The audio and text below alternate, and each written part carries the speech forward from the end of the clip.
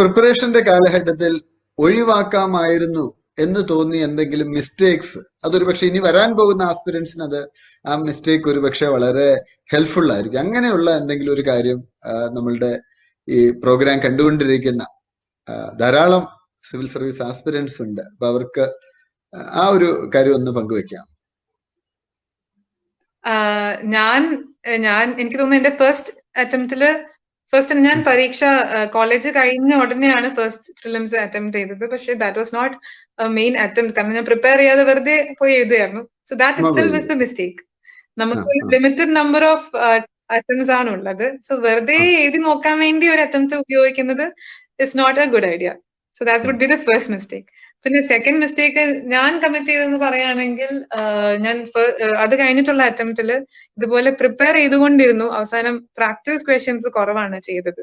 So that was another mistake. നമ്മള് preparation, revision and practice, ഈ 3 കാര്യങ്ങൾക്കും ടൈം ഡിവൈഡ് ചെയ്ത് നമ്മൾ ചെയ്യണം.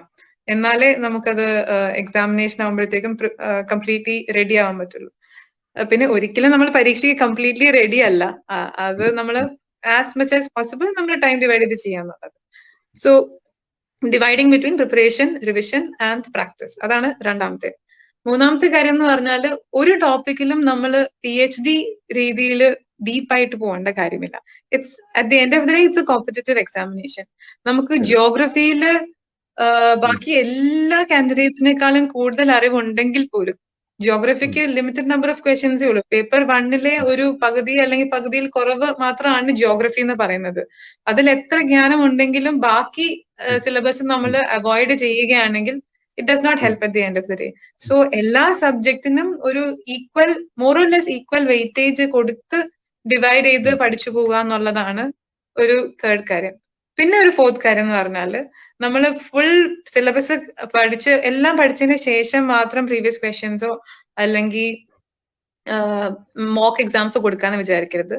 ഒരു ഫസ്റ്റ് റൗണ്ട് ഓഫ് സിലബസ് ഒന്ന് ഒരു ഫ്രെയിം വർക്ക് ലെവലിൽ നമ്മൾ കംപ്ലീറ്റ് ചെയ്ത് കഴിഞ്ഞാൽ തന്നെ നമുക്ക് ക്വസ്റ്റ്യൻസിലേക്ക് കടക്കാം. എന്നാലേ നമുക്ക് ഏതാണ് കൂടുതൽ ഇമ്പോർട്ടൻറ്റ്,